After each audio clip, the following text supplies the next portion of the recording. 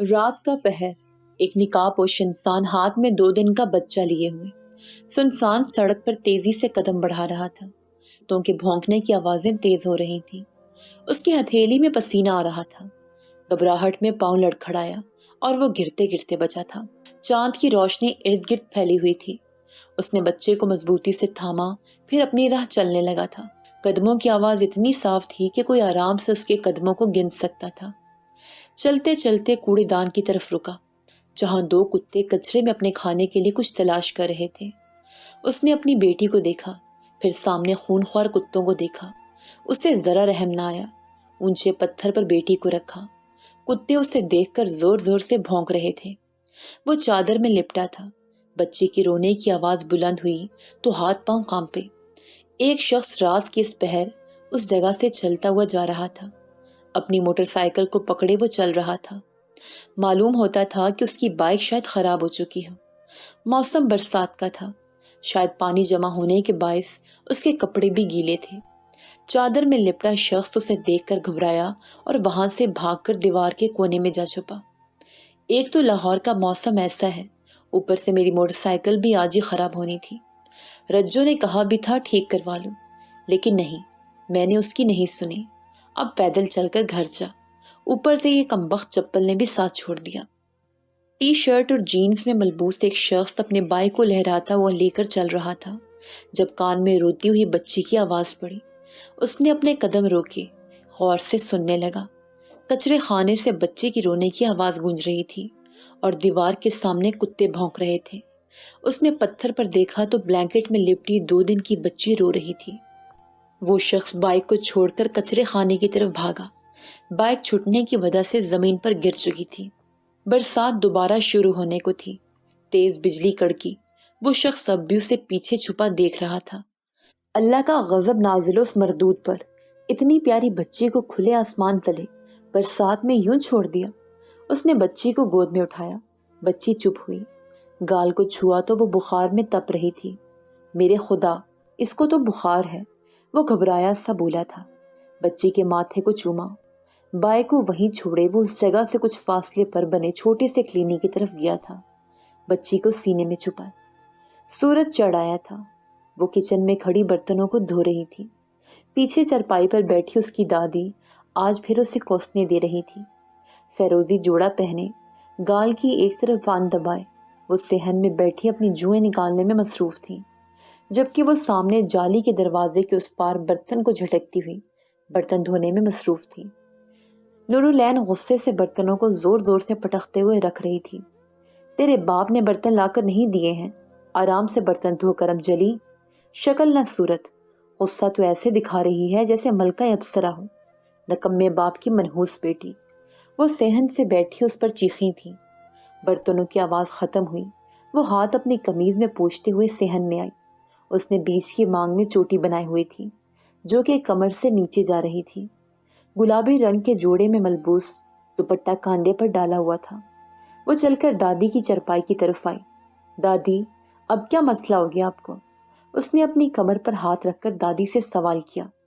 چل بڑی آئی مسئلے والی، جوئیں دیکھ میری، ویسے بھی اتنے دن ہو گئے ہٹ حراموں کی طرح پڑی رہتی ہے، کچھ کام کر لیا کر، یہ جو چربی جسم پر چڑھ رہی ہے نا، کم ہوگی تھوڑی، کوئی بیاہ کر بھی لے کر نہیں جائے گا۔ دادی نے اس کے بازو کو پکڑ کر کہا۔ وہ چرپائی پر چڑھ کر دادی کے پیچھے بیٹھی اور ان کا سر دیکھنے لگی۔ دادی، خدا کا خوف کرو، پاپا پورا گھر چلاتے ہیں اور آپ انہیں نکما کہہ رہی ہیں۔ نورالعین منہ بنا کر بولی۔ چل چل، ماں کی خدمت کے لیے تو اس کے پاس وقت نہیں ہوتا، ہر وقت اس منحوس دکان کے چکروں میں رہتا ہے۔ وہ اب اپنے پاندان سے اپنا پان بنانے میں مصروف تھی۔ نورالعین، حسن آرا اور احمد اس 2 کمروں کے مکان میں رہتے تھے، جس میں ایک صحن تھا اور سامنے 2 کمرے بنے ہوئے تھے اور دوسری طرف باورچی خانہ تھا، جبکہ پیچھے کی طرف غسل خانہ اور واش روم تھا۔ جا، رشتے والے دیکھنے کو آئیں گے، تھوڑا منہ سدھارا۔ شمی آپا کے ہاتھ سے فشل اور وشل کرا بھئی ہم تو اپنے زمانے میں یہ سب چھچوری حرکتیں نہیں کرتے تھے، لیکن تیری ضد کے آگے اب کہہ بھی کیا سکتے ہیں۔ انہوں نے اپنے بالوں کا جوڑا بنایا اور ساتھ بڑا کیچر بالوں میں لگایا، پھر پاندان سے 1000 کا نوٹ نکال کر اس کے ہاتھ میں رکھا۔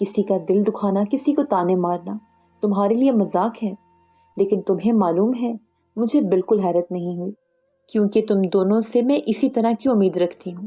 تم لوگ کبھی بھی نہیں سمجھ سکتے۔ آج کے بعد میری تم لوگوں سے کوئی بھی دوستی نہیں ہے۔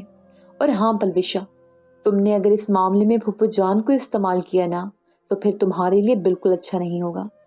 سمر نے انگلی کے اشارے سے اسے دھمکایا اور اپنی اونچی چوٹی کو جھٹکا دے کر وہاں سے چلتی بنی۔ دیکھ لیا اس کی زبان کتنی لمبی ہوتی چلی گئی ہے۔ اس کا علاج تو میں کراؤں گی مامی جان سے۔ پلوشا نے اپنی انگلی سے اپنی ناک چھوئی اور پھر لٹ کو انگلی سے لپیٹ کر مسکرائی۔ کالج سے چھٹی کے بعد وہ گھر کو پہنچی تھی۔ گھر کی حالت بھی پوری خراب پڑی تھی جو اسے ہی سمیٹنی تھی۔ وہ صحن سے گزرتی ہوئی اپنے کمرے میں گئی اور بستے کو بیڈ پر رکھا۔ جوتے اتارے وہ بیڈ پر گر پڑی۔ بہت سی سوچوں نے اسے آ گھیرا تھا۔ پہلے اس کی ماں کی طلاق، پھر عزیر کا ٹھکرا دینا، پھر دادی جو کبھی پیار سے بات کرتی ہیں کبھی جھڑک دیتی ہیں، پھر اس کی وہ دوستیں جو اسے رنگ کا تانا دیتی ہیں۔ ان سب کی وجہ بس اس کی وہ سانولی رنگت تھی۔ اگر اس کا بھی پلوشا جیسا چٹا رنگ ہوتا تو اسے یہ سب نہیں دیکھنا پڑتا۔ وہ شاید بھول رہی تھی صورتیں چاہے جتنی ہی خوبصورت کیوں نہ ہو نصیبوں کی محتاج ہوتی ہیں۔ ایک لمبی سانس لے کر اس نے آنکھوں کو بند کیا۔ آنکھیں بند کیے وہ نہ جانے کب گہری نیند میں چلی گئی، اسے خود معلوم نہ ہوا۔ وہ گردن جھکائے زمین پر بیٹھا تھا جب حیدر کار کی چابی انگلی میں گھماتا ہوا اس کے کمرے میں داخل ہوا تھا۔ کھڑکی کے ساتھ لگی مستری پر وہ چھلانگ لگا کر بیٹھا۔ بارش نے گردن کو اوپر کیا اور اسے دیکھا۔ تمہیں معلوم ہے میں اپنے ملک جا رہا ہوں، نہ جانے کتنے سالوں کے بعد، اور ایک اچھی بات یہ کہ تم ساتھ چلو گے میرے۔ اب میں کوئی بہانے نہ سنوں۔ عزیر بھائی نے خاص انوائٹ کیا ہے تمہیں۔ وہ اپنی کوہنی کے بل بیٹھ کر بارش سے مخاطب ہوا اور چمکتی آنکھوں سے بارش کو دیکھنے لگا۔ بارش نے مسکرا کر اسے دیکھا۔ تم پاکستان جا رہے ہو؟ اور تم جانتے ہو میں نہیں جاؤں گا تمہارے ساتھ، وہاں کا ماحول میرے لائق تو بالکل نہیں ہے۔ بارش نے ناک چڑھا کر کہا اور اس کے ساتھ بیڈ پر آ بیٹھا۔ کیا مطلب؟ تم میرے ملک کو ایسے تو نہیں کہہ سکتے۔ ایک بار پاکستان چل کر تو دیکھو، وہاں کے اسیر نہ ہو گئے تو میرا نام بھی حیدر نہیں۔ حیدر بھی روب سے بولا تھا، جس پر بارش استہزائیہ مسکرایا۔ مجھے لگتا ہے وہاں ہر کوئی میرے بابا کی طرح ہوگا، خود غرض اور مطلبی۔ اس نے بیگ میں کپڑے ٹھونستے ہوئے کہا۔ اب ہر کوئی تمہارے سو کالڈ بابا کی طرح نہیں ہوتا، وہاں اچھے لوگ رہتے ہیں جیسے میں۔ مجھے تو لگتا ہے تم اپنے باپ سے ڈرتے ہو تبھی نہیں جا رہے۔ حیدر طنزیہ بولا تھا، پھر اٹھ کر بیٹھا۔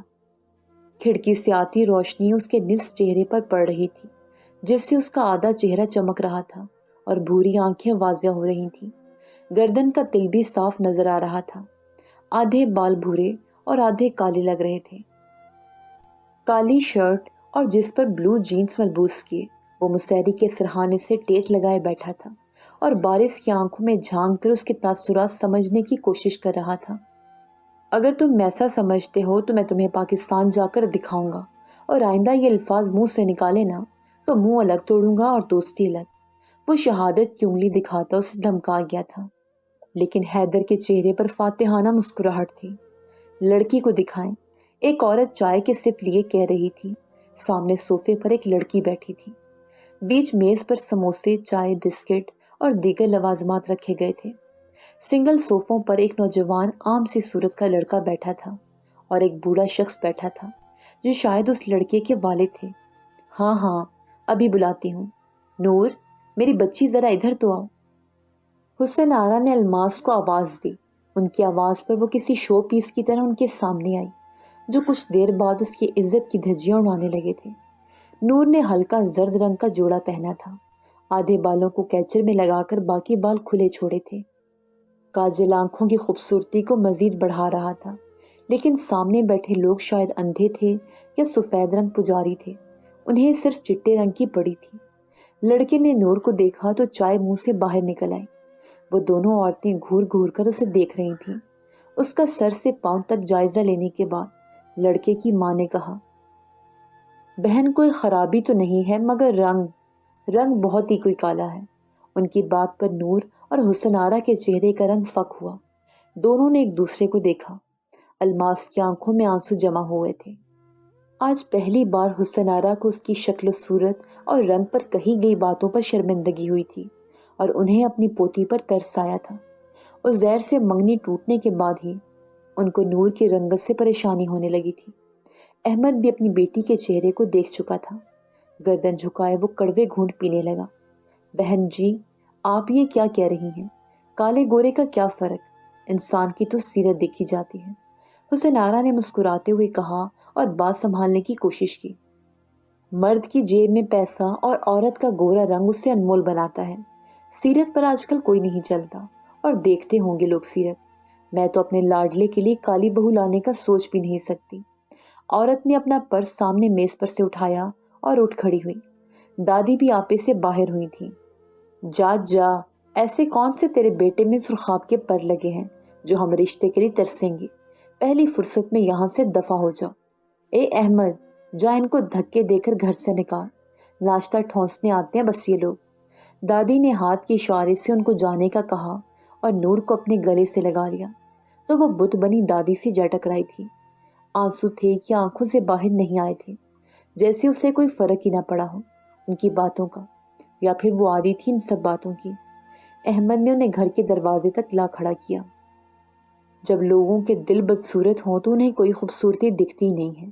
میری بیٹی کے بارے میں جو تم نے اول فول بکا تھا نا، شکر کرو میں نے تمہارا حشر نہیں کیا۔ احمد نے یہ کہہ کر دروازے کو زور سے بند کیا۔ بابا، میں پاکستان جا رہا ہوں۔ بارش نے اپنے باپ کو اطلاع دی، یا پھر ان کو وہ یہ بتانا چاہتا تھا کہ وہ ان سے نہیں ڈرتا۔ وہ شاید حیدر کی بات کو دل سے لگا گیا تھا، اس کی بات پر جیسے ارسلان کی سماعتوں پر بم پھوڑا ہو۔ بارش، تم ایسا نہیں کر سکتے، تم پاکستان کیسے جا سکتے ہو، وہ بھی مجھ سے بنا پوچھے؟ ارسلان نے گھبراہٹ میں سوال در سوال کیے۔ بابا، مجھے اجازت کی ضرورت نہیں ہے، میں آپ سے پوچھ نہیں رہا تھا بلکہ آپ کو بتا رہا تھا۔ اور ہاں، ایسے کون سے راز دفن ہیں پاکستان میں جو آپ منع کر رہے ہیں مجھے وہاں جانے سے، اور میرے اطلاع دینے پر آپ اتنا گڑبڑا گئے؟ اس کے سوال پر ارسلان گڑبڑا اٹھا تھا۔ کیا تم اتنے بڑے ہو گئے ہو جو مجھ سے سوال کرو گے؟ ارسلان نے گرجدار آواز میں کہا تو بارش نے سیل فون کو کان سے ہٹایا اور اپنی آنکھوں کو میچ کر موبائل فون بیڈ پر پھینکا۔ ہیلو ہیلو، آواز سن رہے ہو میری؟ خبردار جو تم نے ترکی سے ایک قدم بھی باہر نکالا، مجھ سے برا کوئی نہیں ہوگا، بلکہ میں خود آ رہا ہوں لندن سے، ابھی ٹانگیں توڑتا ہوں تمہاری۔ فون سے آتی اس کے باپ کی آواز اسے کسی جیلر کی لگی تھی جو اسے قید رکھ رہا ہو۔ میں جاؤں گا اور کوئی مجھے نہیں روک سکتا، نہ آپ نہ کوئی اور۔ آپ اپنی بیوی کے ساتھ وہاں رہیں، جب مجھے آپ کی ضرورت تھی تب آپ نے ساتھ نہیں دیا، اور اب آپ بے جا پابندیاں نہیں لگا سکتے مجھ پر۔ اس نے بھی تیز آواز میں کہا، تمہاری ماں نے تمہیں اتنا خودسر بنایا ہے نا، جو تم آج باپ کے سامنے آواز اونچی کر رہے ہو۔ وہ تو تھی ہی ایسی عورت۔ فون سے پھر آواز آئی۔ اس نے دونوں ہاتھوں سے اپنی کن پٹی کے بال نوچے۔ خبردار، اگر ایک لفظ بھی میری ماں کے لیے نکالا اپنے منہ سے، میں وہ سارے رشتے جو آپ سے تھے ہمارے ختم کرتا ہوں، آج اور اسی وقت۔ وہ زور سے چلایا تھا۔ میں بھی دیکھتا ہوں گھر کیسے چلاؤ گے تم، ایک پھوٹی کوڑی نہیں ملے گی تمہیں یہاں سے۔ ارسلان نے دھمکاتے ہوئے کال کاٹی تھی۔ اس نے سنگھار میز پر رکھا تمام سامان زمین بوس کیا۔ نہیں ضرورت مجھے آپ کی غلیظ اور حرام مال کی۔ اس نے شیشے میں خود کو دیکھا اور زور سے چلایا تھا۔ لیڈیز بھاگتے ہوئے کمرے میں آئی تھی۔ یہ میرے وطن کی ہوا۔ حیدر ایئرپورٹ سے باہر نکلا اور اپنے ہاتھوں کو اونچا کیے لمبی سانس لی۔ چونکہ موسم گرم تھا، گرم ہوا کے جھونکے اس کے چہرے پر تھپڑ مارنے لگے۔ بارش کالے رنگ کی ٹی شرٹ اور بلو رنگ کی جینز میں ملبوس تھا، بالوں کو ماتھے پر گرایا ہوا تھا، آنکھوں میں کالا چشمہ جو دھوپ سے بچنے کے لیے لگایا تھا، چہرے پر آتی ہلکی ہلکی شیو جس کو اس نے کالے ماسک سے چھپا لیا تھا۔ وہ ہر چیز کو ایک الگ انداز میں دیکھ رہا تھا، اجنبیت والا انداز۔ باہر نکلتے ہی اس نے اپنی پاکٹ سے ماسک نکالا تھا اور پہن لیا تھا، وہاں موجود گرم ہوا سے بچنے کے لیے۔ تم اس ہوا میں پرسکون کیسے رہ سکتے ہو؟ کتنی گرمی ہے یہاں، مجھ سے تو کھڑا بھی نہیں ہوا جا رہا۔ ہم کب واپس ترکی جائیں گے؟ بارش نے اطراف میں نگاہ گھمائی اور اپنی ٹی شرٹ کو ہلکا کھینچ کر گرمی کا اظہار کیا۔ اس کا سفید رنگ دھوپ کی وجہ سے سرخ ہو چکا تھا۔ گلے میں چمکتا لاکٹ جس میں شرٹ کو جھٹکا دینے کی وجہ سے حرکت پیدا ہوئی تھی۔ حیدر نے اس کا پریشان سا چہرہ دیکھا جو کبھی اپنے دائیں کبھی بائیں طرف تیوری بگاڑے دیکھ رہا تھا۔ میرے بھائی، لگتا ہے کراچی کی گرمی سے ناواقف ہو، تبھی تمہیں یہ گرمی بھی زیادہ لگ رہی ہے۔ ابھی تو یہاں سردیاں چل رہی ہیں، حیدر نے ہنس کر مزاحیہ انداز میں کہا۔ بارش نے بیزاری سے اپنے سر کو نفی میں جنبش دی اور کندھے اچکاتا ہوا کندھے پر بیگ لٹکائے وہاں سے آگے بڑھا۔ حیدر بھی اس کے پیچھے چل رہا تھا۔ وہاں موجود لوگ اسے گھور گھور کر دیکھ رہے تھے، جیسے کوئی 8واں عجوبہ ان کے سامنے سے جا رہا ہو۔ عزیر اور سائمن دونوں کو لینے آئے تھے۔ نور نے خود کو کمرے میں قید کیا ہوا تھا۔ اسے شاید بری لگی تھی ان کی کہی ہوئی باتیں۔ وہ سوجھی آنکھیں لیے بیڈ پر گری تھی اور چھت پر لگے پنکھے کو گھور کر ان کی باتیں دہرا رہی تھی۔ کبھی ہنسنے لگتی، سرس سے رونے لگتی۔ وہ عجیب سی کیفیت سے گزر رہی تھی، یہ اس کی برداشت کی حد ہو چکی تھی۔ نور، میری بچی دروازہ کھول، تیری دادی فکر سے عادی ہو رہی ہے۔ ارے چولہے میں ڈال ایسے بدبختوں کو، میری پرستان کی شہزادی کو عجیب باتیں بول دی ان جاہلوں نے۔ حسن آرا زور زور سے دروازے کو پیٹتی اس سے مخاطب تھی، مگر کوئی جواب نہ ملنے پر وہ حواس باختہ ہوئی۔ اب اس کی تھوڑی سی آواز بھی ان کے سماعتوں تک نہیں پہنچ رہی تھی۔ وہ بھاگتی ہوئی احمد کے کمرے کی طرف گئیں۔ وہ کب سے دروازے کے پاس ہی کھڑا تھا، لیکن حسن آرا کے کہنے پر وہ ان کی دوا لینے کمرے میں گیا تھا۔ جب حسن آرا کی چیخ نے اسے گھبراہٹ کا شکار کیا اور اس کے ہاتھ سے دوائی کی شیشی چھوٹی، وہ پھولے ہوئے سانس کے ساتھ گیٹ پر کھڑی تھی۔ ایک ہاتھ دروازے کے لاک پر تھا اور دوسرا اپنے ہونٹوں پر رکھے ہوئے تھی۔ احمد 5 منٹ ضائع کیے بنا ان کی طرف لپکا۔ اماں، کیا ہوا ہے؟ وہ گھبرایا سا بولا۔ حسن آرا نے نور کے کمرے کی طرف اشارہ کیا۔ زبان نے ساتھ چھوڑا تھا ان کا۔ احمد نے اپنے قدم تیزی سے اس کے کمرے کی طرف بڑھائے۔ احمد نے دھکا دے کر دروازہ توڑا۔ وہ بیڈ پر بے ہوش پڑی تھی، اس کی برداشت کی حد ہو چکی تھی۔ وہ چپ چاپ لوگوں کے تانے سن سن کر گھٹتی گئی۔ انہیں باتوں نے اسے احساس کمتری کا شکار بنا دیا تھا۔ احمد بھاگتا ہوا بیڈ کی طرف پہنچا۔ بھاگنے کے دوران اس کی چپل اس کے پاؤں سے پھسل کر دور جا گری تھی۔ چہرے پر ہاتھ مار کر اسے ہوش میں لانے کی کوشش کی، مگر وہ نہ اٹھی۔ احمد نے خطا ہوئے اوسان کے ساتھ اسے گود میں اٹھایا اور ننگے پاؤں باہر کی طرف بھاگا۔ راستے میں موجود پتھر اور کچرا اس کے پاؤں کو زخمی کر رہا تھا، مگر وہ اپنی لخت جگر کی فکر میں گھل رہا تھا۔ اس کو تم نے جانے کیوں دیا؟ جانتی ہو نا، تایا جان کی نہ جانے کہاں کہاں پہنچے۔ اگر انہیں بارش کے وہاں ہونے کی خبر مل گئی نا تو تمہارے لیے بالکل اچھا نہیں ہوگا۔ نیلے کوٹ اور سفید پینٹ میں ملبوس ایک شخص صوفے پر ٹانگ جمائے بیٹھا تھا اور بار بار اپنی پیشانی مسل رہا تھا۔ کب تک چھپائیں گے آپ؟ ایک معصوم لڑکی کی زندگی برباد کر کے آپ کب تک خوش رہ سکتے ہیں؟ ایک ماں کو بچی سے دور کر کے سکون مل جاتا ہے آپ کو؟ یلڈیز نے تپے ہوئے لہجے میں کہا تھا۔ اس کی بات ارسلان کے تن بدن کو جھلسا گئی۔ ارسلان غصے سے اپنی جگہ سے کھڑا ہوا۔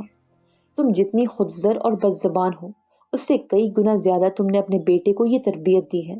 معلوم نہیں کون سی منحوس گھڑی تھی جب تم سے میں نے نکاح کیا، گھر والوں کے خلاف جا کر۔ ارسلان اس کی بات پر چڑھ دوڑا تھا۔ منہ میں انگارے چبائے اس کے ہر لفظ کسی تیر کی طرح یلڈیز کو لگتے۔ تو چھوڑ دیں مجھے، طلاق دیں، ابھی تعلق ختم کریں تاکہ ہم دونوں کو سکون نصیب ہو۔ ایک بے جان رشتے میں باندھا ہے مجھ کو اور خود کو، نہ جس میں عزت ہے اور نہ ہی کوئی عشق۔ وہ نہ جانے کون سے دل سے یہ بات کہہ گئی تھی، وہی جانتی تھی۔ ارسلان نے اس کو مارنے کے لیے بے اختیار اپنا ہاتھ ہوا میں بلند کیا، مگر غصہ ضبط کیے خود ہی مٹھی بند کر لی۔ قسم سے کب کا طلاق دے چکا ہوتا اگر پاکستان کی پراپرٹی تمہارے نام نہ ہوتی تو، وہ دانت بھینج کر بولا تھا۔ کمرے میں جلتے لیمپ کی نیم روشنی جو ان کے چہروں کو روشن کر رہی تھی۔ خبردار ارسلان، جو مجھ پر ہاتھ اٹھایا، میں تمہاری محبت میں اندھی ہوئی اور نہ جانے کتنے ہی سال تمہارے جاہل گھر والوں کے ساتھ گزار دیے۔ وہ تو میرے ساتھ بھی وہی کرتے جیسے امارہ کے ساتھ کیا تھا۔ وہ تو میرے اللہ نے میرا ساتھ دیا اور میں تمہارے جاہل خاندان کو چھوڑے دوبارہ اپنے ملک آ گئی، بارش کے ساتھ۔ تم کون سا حق جتاتے ہو بارش پر؟ میں نے پالا اسے دن رات محنت کر کے۔ تم نے تو اپنا دوسرا بندوبست کر لیا تھا نا، اب کیا لینے آئے ہو؟ میرا اور میرے بیٹے کا تم سے یا تمہارے اس جاہل خاندان سے کوئی تعلق نہیں ہے۔ اگر سارے مجھے نہ بچاتا تو میں تمہارے خاندان کی روایتوں کی بھینڑ چڑھ جاتی۔ اس نے ماضی کی باتوں کو کھنگالا، پھر ارسلان کے کاندھے پر ہاتھ رکھے اسے پیچھے دھکیلا اور اپنے فلیٹ سے باہر نکال دیا۔ یلڈیز دھکا دیتی گئی، وہ پیچھے ہوتا گیا۔ یلڈیز نے اس کے منہ پر دروازے کو بند کیا، پلٹ کر دروازے کے پاس ہی بیٹھ گئی۔ آنکھوں میں آنسو نمایاں تھے۔ ارسلان دروازہ باہر سے پیٹنے لگا، مگر اس نے دروازہ نہ کھولا۔ وہ بہت بہادر تھی، وہ ان لوگوں کا سامنا کر آئی تھی، ان ظالموں کے چنگل سے نکل آئی تھی۔ وہ اپنے سر کو دروازے سے ٹکائے آنکھیں موندے بیٹھی تھی، جبکہ ارسلان باہر کھڑا دروازے کو زور زور سے پیٹ رہا تھا۔ کچھ یاد آنے پر وہ سرس سے اٹھی، اپنے کمرے میں پہنچ کر الماری سے بہت سی رقم نکالی جو کہ ایک بڑے سے تھیلے میں تھی۔ غصے سے چلتی ہوئی آئی اور دروازہ کھول کر ساری رقم اس کے سامنے رکھی۔ ارسلان جو مایوس ہو کر سیڑھیوں کی جانب پلٹا تھا، دروازہ کھولنے پر رکا۔ یہ لیتے جاؤ۔ خدا کی قسم، جو ان 3 سالوں سے رقم بھیج رہے تھے نا، ایک بائی بھی خرچ نہیں کی میں نے ان حرام پیسوں کی۔ میرا بیٹا حق حلال کماتا ہے اور اسی سے ہمارا گھر چلتا ہے۔ تم کسی خوش فہمی میں نہ رہنا، ہمارے حالات اتنے خراب نہیں کہ تم جیسے کی مدد لینی پڑے۔ اب یہ لو اور دفع ہو جاؤ، آئندہ کچھ بھی بھیجنے کی ضرورت نہیں ہے، ہم تمہارے پیسوں کے بھوکے تو ہرگز نہیں ہیں۔ اس نے تنے نکوش لیے، ارسلان کی طبیعت ستھری کی، پھر گیٹ کو اس کے منہ پر بند کیے چلتی بنی۔ ارسلان نے پہلے دروازے کو دیکھا، پھر تھیلی کو۔ غصے سے تھیلی پر لات ماری اور تیزی سے سیڑھیاں اتر گیا۔ اس کے قدموں کی آواز نہایت صاف تھی۔ رات ہونے کی وجہ سے وہاں خاموشی تھی اور بلب کی روشنی بھی برائے نام تھی۔ سیڑھیاں خراب ہونے کے باعث وہ گرتے ہوئے بچا تھا۔ اس نے دیوار کا سہارا لیا اور خود کو روکا۔ اس اچانک افتاد پر اس کے ہاتھ پر رگڑ لگی، ہاتھ چھل گیا تھا۔ ہاتھ میں جلن محسوس ہوئی تو باہر لگے بلب کی روشنی میں اپنے ہاتھ کو دیکھا جس پر خون لگا ہوا تھا۔ اس نے کوٹ کے اندر والی جیب سے رومال نکالا اور ہاتھ پر باندھا، پھر 2 قدم چلتا سامنے پارکنگ میں کھڑی گاڑیوں میں اپنی گاڑی تلاشنے لگا۔ درخت کے ساتھ کھڑی کالے رنگ کی گاڑی اس کی تھی جس پر اسٹریٹ لائٹس کی روشنی پڑ رہی تھی۔ اس نے جیب سے چابی نکالی اور اس گاڑی کے قریب آیا۔ کار کا دروازہ کھولا، کچھ خیال آنے پر پیچھے پلٹ کر دیکھا، جہاں کسی کی نظریں اسے دیکھ رہی تھیں۔ اس نے تکبر سے اپنے سر کو جھٹکا اور اپنی گاڑی کی ڈرائیونگ سیٹ سنبھالی۔ سیٹ بیلٹ لگانے کے بعد گاڑی کو پارکنگ ایریا سے نکالا، گاڑی کی رفتار کو آہستہ کیے دوبارہ ادھر دیکھا جہاں اب کھڑکی پر صرف پردے لٹکے نظر آ رہے تھے۔ اس نے ایک ٹھنڈی سانس لی، پھر گاڑی کو ہواؤں میں باتیں کرتا لے گیا۔ ہسپتال میں موجود ایک کمرے کے باہر احمد اور حسن آرا بیٹھے تھے۔ احمد اپنے سر پر ہاتھ رکھے ادھر ادھر ٹہل رہا تھا، جبکہ حسن آرا اسے ایسے ٹہلتا دیکھ رہی تھی۔ بس کر دے، احمد کب سے مچھروں کی طرح ادھر سے ادھر بھنبھنایا جا رہا ہے، تجھے دیکھ میرا کلیجہ کٹ رہا ہے۔ ادھر بیٹھ میرے پاس۔ اس منحوس نے نہ جانے کیسی نظر سے دیکھا تھا میری الماس کو۔ دادی جو کب سے اسے ٹہلتا دیکھ رہی تھی، آخر بول پڑی۔ احمد نے پریشانی سے انہیں دیکھا۔ جب ڈاکٹر سامنے سے چلتا ہوا آیا، سفید میڈیکل کوٹ میں ملبوس، آنکھوں پر بینائی کا چشمہ لگائے، احمد ان کے پاس گیا اور انہیں ایک امید سے دیکھا۔ ڈاکٹر، کیا نور ٹھیک ہے؟ اس نے سوال کیا۔ کیا کوئی بات ہوئی ہے؟ میرا مطلب کہ وہ کسی چیز کے بارے میں حد سے زیادہ ڈپریس ہے، تبھی وہ بے ہوش ہو گئی تھی۔ کوشش کریں ان کی اب آب و ہوا تبدیل کر دیں، انہیں ٹینشن سے دور رکھیں، زیادہ سے زیادہ خوش رکھنے کی کوشش کریں۔ ابھی میں نے میڈیسن لکھی ہیں، یہ جا کر لے آئیں۔ اس نے احمد سے سرسری بات کی، پھر وہاں سے چلا گیا۔ حسن آرا کا چہرہ غصے سے بھرا پڑا تھا۔ ستیہ ناس ہو اس کرم جلی کا، نمک حرام، ہمارے گھر کے سموسے کھا کر ہماری ہی بیٹی کو بھلا برا کہہ کر چلتی بنی۔ میری بچی نہ جانے کن کن سوچوں سے گزری ہوگی۔ احمد، میں تو کہتی ہوں نفیس کے گھر کراچی چل، شادی میں لگی رہے گی تو دھیان یہاں سے ہٹ جائے گا، اور کراچی میں سمندر دکھانے لے جانا، بڑا شوق ہے اسے سمندر دیکھنے کا۔ دادی نے پہلے اس رشتے والی کو سلواتیں سنائیں، پھر احمد کو تجویز دی۔ احمد کو بھی ان کی تجویز پسند آئی تھی۔ اماں، میرے پاس پیسے تو نہیں ہیں، خیر میں انتظام کرتا ہوں، کہیں نہ کہیں سے ہو ہی جائیں گے۔ نور، میری بچی جہاں خوش ہوگی میں اسے وہاں لے کے جاؤں گا۔ لہجے میں محبت اور کشش لیے وہ حسن آرا سے گویا ہوا۔ وہ نور سے سب سے زیادہ محبت کرتا تھا، مانو جیسے نور ہی اس کے لیے سرمایہ حیات ہو۔ خوش آمدید۔ وہ دونوں جیسے ہی گھر میں داخل ہوئے ان کا گلاب کی پتیوں سے استقبال کیا گیا۔ شگفتہ اور نفیس ساتھ کھڑے تھے۔ سامنے ساشا کھڑی تھی، عزیر اور حیدر کی چھوٹی بہن جو نور کے ساتھ کی تھی۔ حیدر سب سے پہلے اپنی ماں کے گلے لگا، پھر نفیس کے۔ ماما، بابا، بہت یاد کیا میں نے آپ دونوں کو۔ اس نے نفیس اور شگفتہ کا ہاتھ پکڑا۔ بھائی آپ بھول رہے ہیں، شاید آپ کی ایک معصوم سی بہن بھی ہے۔ ساشا نفیس اور شگفتہ کے ساتھ جا کھڑی ہوئی اور احتجاجاً بولی۔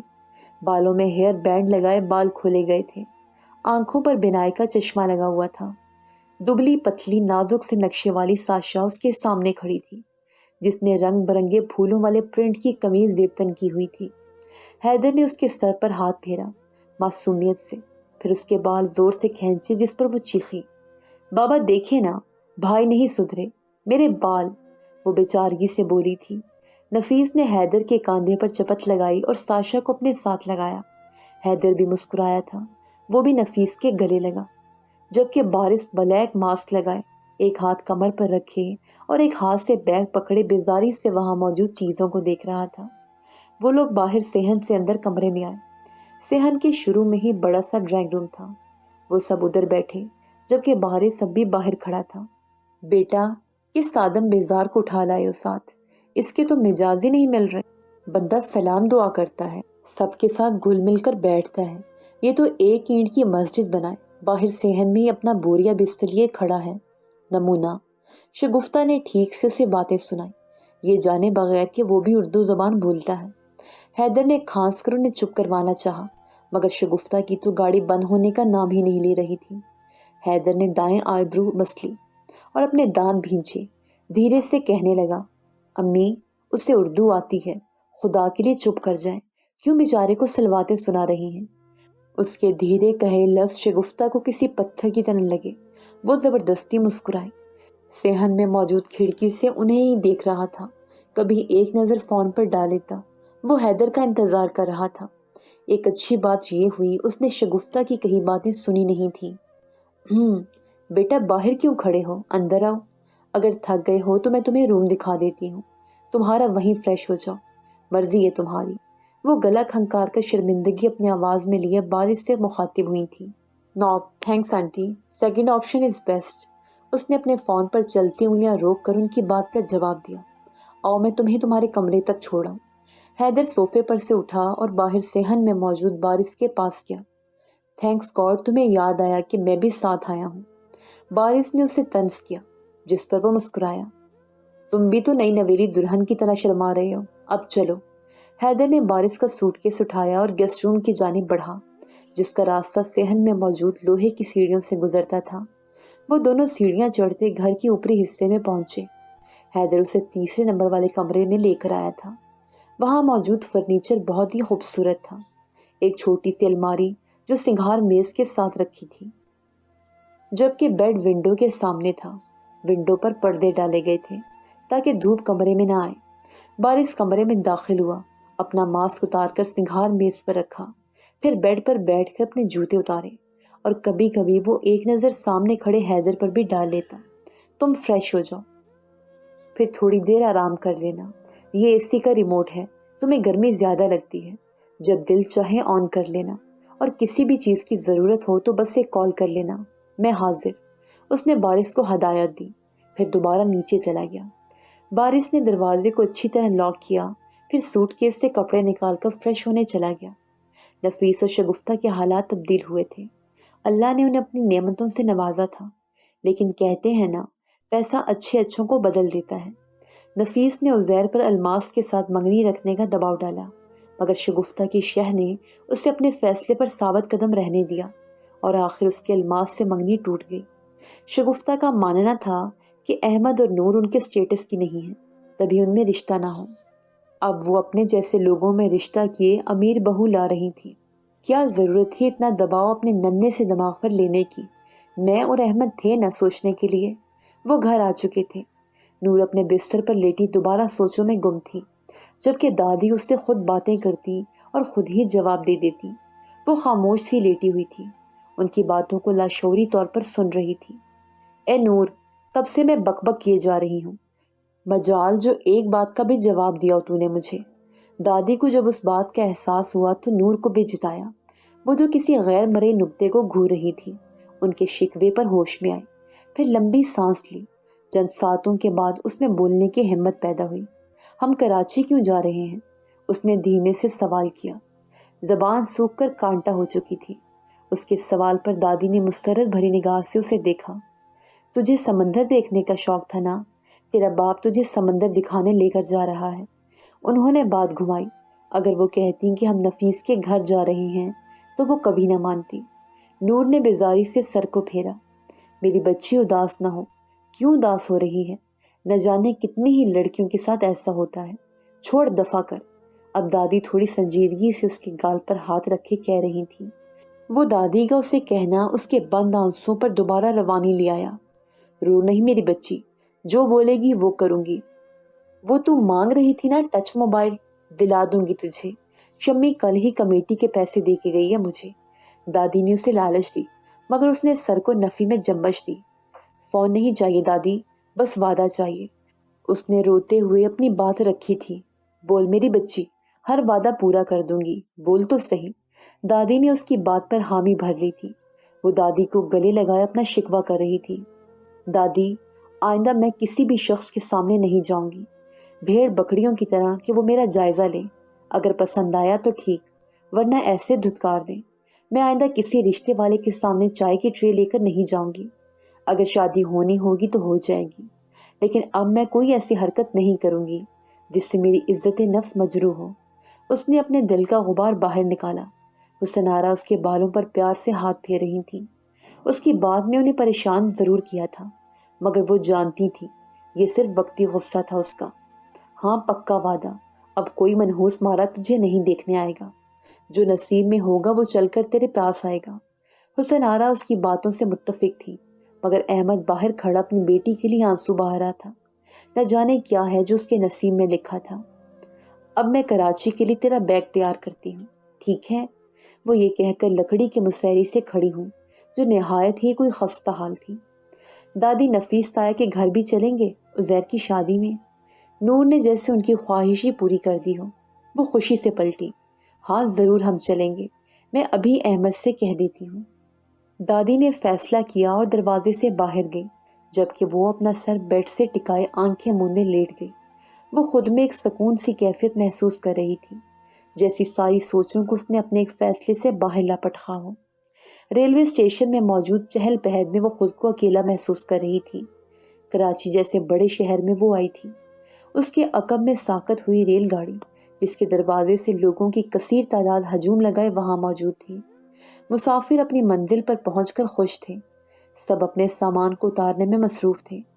وہاں لال کپڑوں میں ملبوس آدمیوں کی کثیر تعداد دوسروں کا بوجھ اپنے کاندھے پر لادے ہوئے تھی۔ وہ نیلی قمیض اور سفید شلوار میں ملبوس، خود کو چادر میں لپیٹے اپنی دادی کے انتظار میں کھڑی تھی۔ احمد نہیں آیا تھا، اسے دکان کے کام سے پنڈی جانا تھا، لیکن کچھ دنوں بعد اس نے کراچی پہنچ جانا تھا۔ دادی بھیڑ کو اپنے ہاتھ سے ہٹاتی اس کے پاس آئی۔ بیٹا، کب سے تیری تلاش میں پھر رہی ہوں، یہ بریانی کھا، یہاں کی بریانی بہت ہی مشہور ہوتی ہے۔ دادی نے تھیلی میں موجود چاول اس کی طرف بڑھائے جو انہوں نے ٹھیلے سے لیے تھے۔ دادی، نفیس تایا نظر نہیں آ رہے، کیا آپ نے ان کو خبر دی تھی کہ ہم کراچی آ رہے ہیں؟ اس نے اپنے اطراف میں نگاہ گھمائی۔ اس کی تلاشتی ہوئی نگاہیں دادی پر رکی تھیں، جو تھیلی کھولے پلاسٹک کے چمچ سے بریانی کھا رہی تھی۔ ہاں ہاں، میں نے خبر دے دی تھی اسے۔ اس نے کہا تھا منجھلے لڑکے کو بھیجیں گے۔ کم بخت مارا، آلو ہے یا پتھر؟ دادی نے چمچ سے آلو توڑنے کی کوشش کی۔ اس آلو اور چمچ کی جنگ میں چمچ نے ہار مان کر اپنے گھٹنے ٹیکے۔ دادی، بریانی میں آلو کون ڈالتا ہے؟ اس نے عجیب نظروں سے بریانی کو تھیلی کو دیکھا، پھر دادی پر نظریں ٹکائیں۔ دادی جو مزے سے بریانی کھا رہی تھی اس کی بات کا ٹکا جواب دیا، کراچی والے۔ ان کے جواب پر وہ خاموش ہوئی۔ چکن بریانی کے ساتھ ناانصافی، وہ منہ میں بڑبڑائی۔ اس کی دادی اپنی پوتی کی اس بات پر ہنسی تھی۔ تم نے کبھی کھائی نہیں ہے نا ایسی بریانی، یوں ہی تو نہیں مشہور کراچی کی بریانی۔ انہوں نے ایک چمچ بریانی کا اس کی طرف بڑھایا۔ اس نے بریانی کو زبان پر رکھا اور سب بھول گئی جیسے۔ دادی، اتنی لذیذ بریانی تو میں نے آج تک نہیں کھائی، ایک چمچ مزید کھلا دیں۔ اس نے دادی سے چمچ لینا چاہا لیکن انہوں نے اس کا ہاتھ پیچھے کیا۔ بریانی کے ساتھ نو شراکت داری۔ حسن آرا نے اردو کی ٹانگ توڑی جس پر وہ کھلکھلا کر ہنسی۔ وہ ایسی ہی تو تھی، چنچل، شرارتی، مگر اس کی شرارت چھین لی تھی اس کے عیب نکالنے والوں نے۔ حیدر سامنے سے چلتا ہوا آ رہا تھا جبکہ اس کے ساتھ بارش بھی تھا۔ وہی بلیک شرٹ اور بلیک جینز زیب کیے، اسے جیسے کالے رنگ سے عشق ہو۔ اس کے فون سے لے کر اس کے کپڑوں تک سب ایک ہی رنگ کا تھا اور وہ تھا بلیک۔ جب بھی کوئی چیز خرید کر لاتا اسے ہمیشہ کالے رنگ میں ہی پسند آتی۔ ویسے تو اسے کالا رنگ بہت پسند تھا، مگر جب وہ کسی کی سکن ٹون بن جاتا تو وہ اس کا ناپسندیدہ رنگ ہوتا۔